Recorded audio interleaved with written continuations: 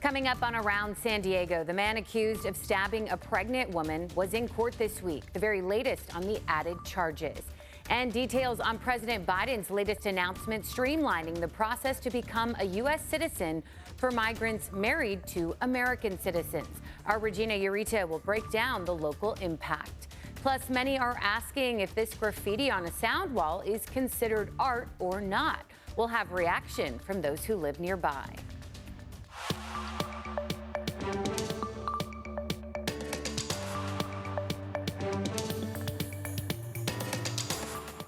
Thanks so much for joining us as we take you around San Diego. I'm CBS 8's Jenny Day. I'll get you caught up on a week's worth of news and look ahead in less than 30 minutes.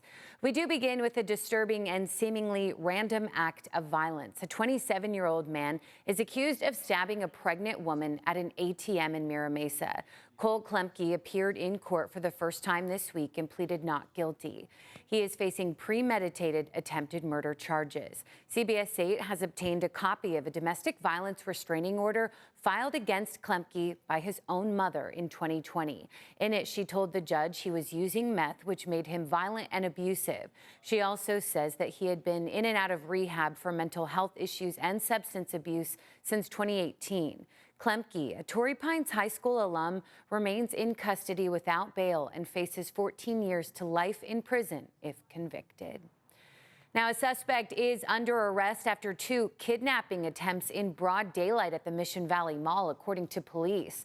They say 42-year-old Arturo Lujan Jr. is responsible for trying to abduct a 6-year-old girl on Tuesday, and they believe Lujan is also connected to the attempted kidnapping of a 5-year-old girl Thursday afternoon at the same mall. A license plate reader spotted the suspect's car downtown. Lujan now faces 2 counts of attempted kidnapping. Announcing a common sense fix to streamline the process for obtaining legal status for immigrants married, to American citizens. Yeah, right now, as many as 500,000 migrants could be on a new pathway to permanent U.S. residency after this announcement from the president on Tuesday. The new policy comes after President Biden saw major pushback from progressives who disagreed with the crackdown he announced earlier this month to try and limit asylum seekers crossing the southern border. So we are now taking a closer look at how the announcement will impact San Diego. CBS 8's Regina Urita has more from near the border with what this new policy means, as well as local reaction. That's right. We have been talking to supporters as well as critics. We have heard already that this really qualifies for migrants who have lived here for at least 10 years and are married to a U.S. citizen. Now, supporters are in favor of it, but they say they're cautiously optimistic. An important step forward, and a step that recognizes that families live in mixed status situations, many of whom are undocumented while their spouses are U.S. citizens or might be legal permanent residents, and their children might have a mixed status as well. I think what makes it interesting is that this announcement is being made during this election year. Migrant advocates like Pedro Rios support the policy. He believes it's a step in the right direction, but adds that the Biden administration has also recently passed strict laws affecting asylum seekers. Now, this new policy, if upheld in court, could allow applicants to work and live in the U.S. legally on a temporary basis under the Immigration Parole Authority. In the past, federal laws have allowed immigrants who are married to U.S. citizens to leave the country and re-enter legally to be eligible for a green card. Many mixed status families have dealt with concerns about going back to their country, and most of them do not pursue that process. But this executive order clears that roadblock and speeds up their process. Meanwhile, critics are already generating pushback. Supervisor Jim Desmond says although the policy has merit, the attention should be focused elsewhere.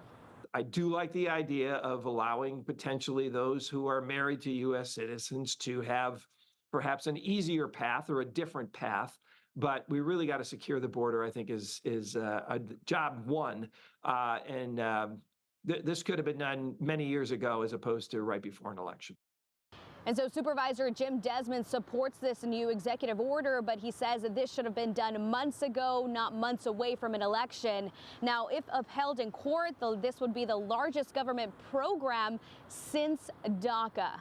That is the latest here near the border. Regina Urita, CBS 8. One to follow, Regina, thank you. Well, right now, alleged sex abuse survivors are protesting the Catholic Diocese move to file for bankruptcy. The diocese filed on Monday saying it is necessary to pay up to $550 million in settlements for 450 sex abuse lawsuits. On the front steps of the federal courthouse where the San Diego Roman Catholic Diocese filed for bankruptcy are rows of signs protesting the reasons for the move. While the church says that the move to file for bankruptcy is to compensate sex abuse survivors, one survivor of the diocese not connected to the 450 claims says the move will do nothing to stop future abuse.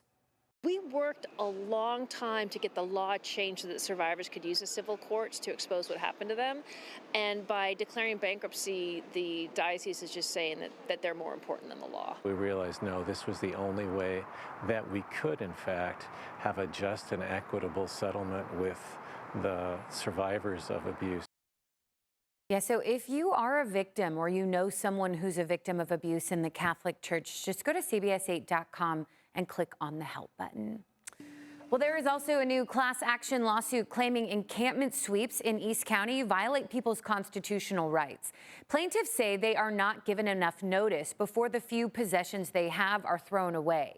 This includes one woman's walker, another woman's insulin and blood pressure medication, and another plaintiff's birth certificates. Homeless advocate Michael McConnell says during these sweeps, homeless people are forced to move but are not offered other options. This lawsuit's plaintiffs make the same allegation. I don't think in any part of the region is there enough shelter for folks to get off the street and have a safe place to store their belongings. So it's not like there's options for people, and there certainly isn't enough affordable housing.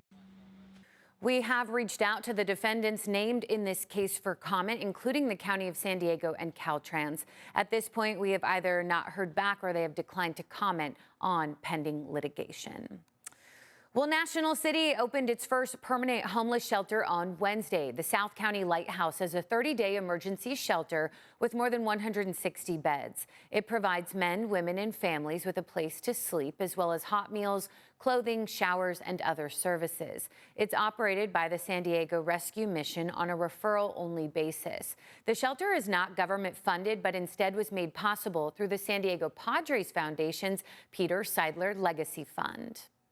Well, no criminal charges were filed against the more than 60 people arrested last month during protests at UC San Diego against the war in Gaza. About a dozen supporters showed up to downtown court on Monday, along with an attorney with the National Lawyers Guild, who is representing the arrested students pro bono. The students arrested on May 6th were given paperwork ordering them to show up in court.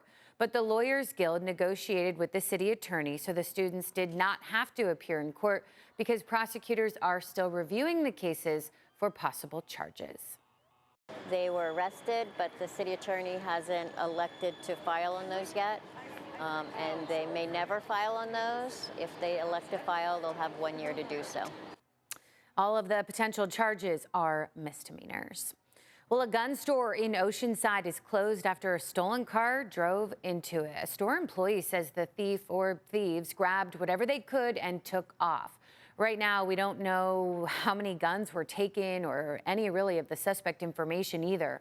Customers who stopped by were shocked to see the store all boarded up. I almost kind of take it personal. Somebody just completely trashed their, store like that. I hope they catch whoever the heck it is. Yeah, CBS 8 reached out to Oceanside Police but have not heard back. Firearms Unknown says it plans to reopen later this week. Well, is it graffiti or art? That's the question that we asked people living near a newly spray-painted sound wall in Barrio Logan. The graffiti stretches about a half mile along the 5 from 28th to 32nd. Caltrans just installed the wall within the past year. It says, well, it does seem to be, quote, high-quality graffiti. It's not part of a planned mural and therefore is illegal. On the other side of it, though, is a neighborhood of people with different opinions. Don't look good. It's not good for the community. Some people call it art. That's what they call it, art. They say it's art. Caltrans says it will repaint the wall. A timeline hasn't been set because there are higher priority areas first. Last year, Caltrans spent more than $570,000 painting over graffiti in San Diego and Imperial counties. Well, celebrating Tula Vista's past and eyeing its bright future. Mayor John McCann just delivered his second State of the City address, which touched on everything from economic development to tackling homelessness, calling public safety his main priority. The mayor announced plans to remodel the city's oldest fire station, as well as add 2 additional fire stations set to open next year. He also shared plans to expand the city's police force and reopen Harborside Park later this summer. Now the park will have new amenities and programs. As mayor, I will not allow public space to be taken over by homelessness and drug use. Yeah, Mayor McCann also mentioned University, which will provide space for a new 4-year university. Well, coming up, one of the biggest winners at the Tony Awards got its start right here in San Diego. How America's finest city plays a leading role in some of the best shows in the world. Well, as the baseball world continues to mourn the loss of one of the sport's all-time greats, a San Diegan who worked alongside the Say Hey Kid is paying tribute to Willie Mays. Jackson Mickey spent time as a bat boy for the Giants from 1960 to 1964. During that time, he racked up countless stories working alongside one of the best ball players in history. But he says his favorite one is the time he got to sit right next to Mays on the team bus.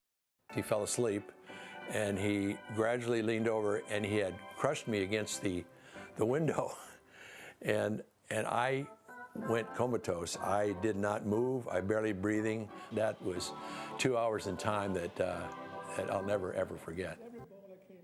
Oh, that's too funny. So yeah, Mickey says that he last saw Mays about 15 years ago. Rest in peace. Well, a musical that got its start in San Diego just won the Tony for Best Musical. The Outsiders made its debut at the La Jolla Playhouse before making it to Broadway.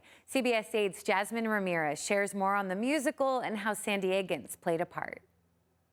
The Outsiders premiered right here at the La Jolla Playhouse before heading to Broadway. Now the musical received 12 Tony nominations and came home with 4 awards. Much of the Outsiders Broadway cast first performed the production at the La Jolla Playhouse right here in San Diego. To have a show like The Outsiders go on to the biggest stage in the country and fare so well is hugely gratifying, and we're just incredibly happy for that. Gabriel Green with La Jolla Playhouse says it's a true honor to be recognized on the national stage. The production is set in Tulsa, Oklahoma in the 1960s. It's about brotherhood and connection. I think everybody has at some point or another felt like an outsider, regardless of your circumstances. And it's about that ability to find that connection with other people. The Tony Award goes to The Outsiders. The musical took home Best Musical, Best Direction of a Musical, Best Lighting Design, and Best Sound Design. The Cooperman brothers, who are nominated for choreography, constructed this amazing 3-minute rumble scene in the rain, in dirt, on stage that I think really galvanized audiences when they saw it.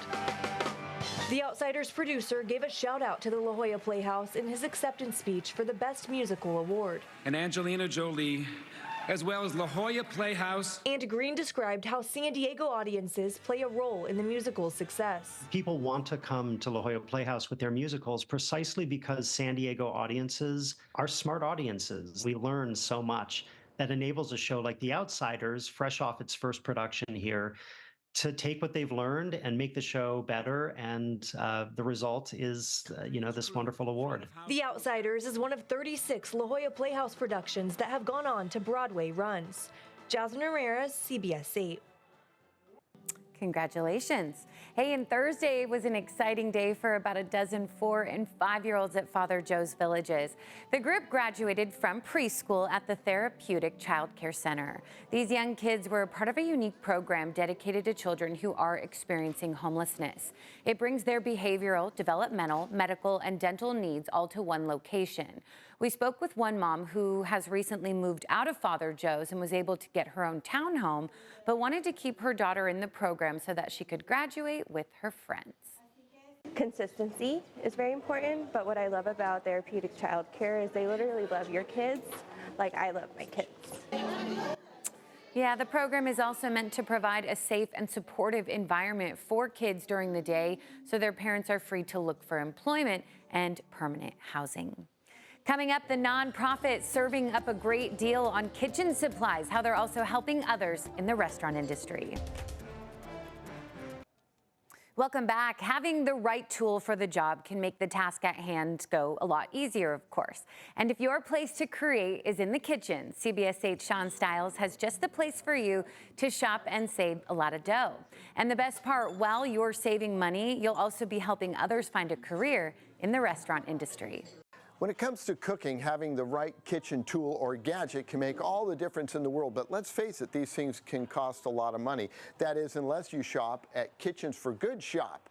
Having the right tool at 75% off can make all the difference. I was shocked, honestly. I didn't realize it was this extensive. Grace Bianco came for the deals and great selection. Ooh, this is a nice linen. So did Renee Sugarman and Laura Fay. I especially like the linens here. You can find really nice linens for a super cheap price. Usually the napkins are like 50 cents each. Kitchens for Good shop is in Pacific Beach, just off the beaten path on Hornblende. It's better than going to any of the other thrift stores because it's curated for kitchenware. This is hot dog toaster.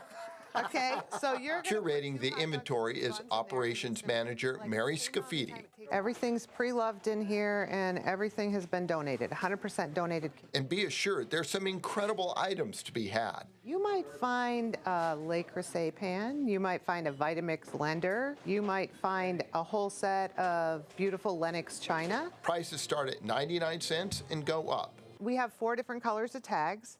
And every day is something's on sale. Something's 50% off every day. Kitchens for Good is not a museum. We are here to sell as many things as we can. At any given time, there's about 25,000 items in this store. They also have an eBay store.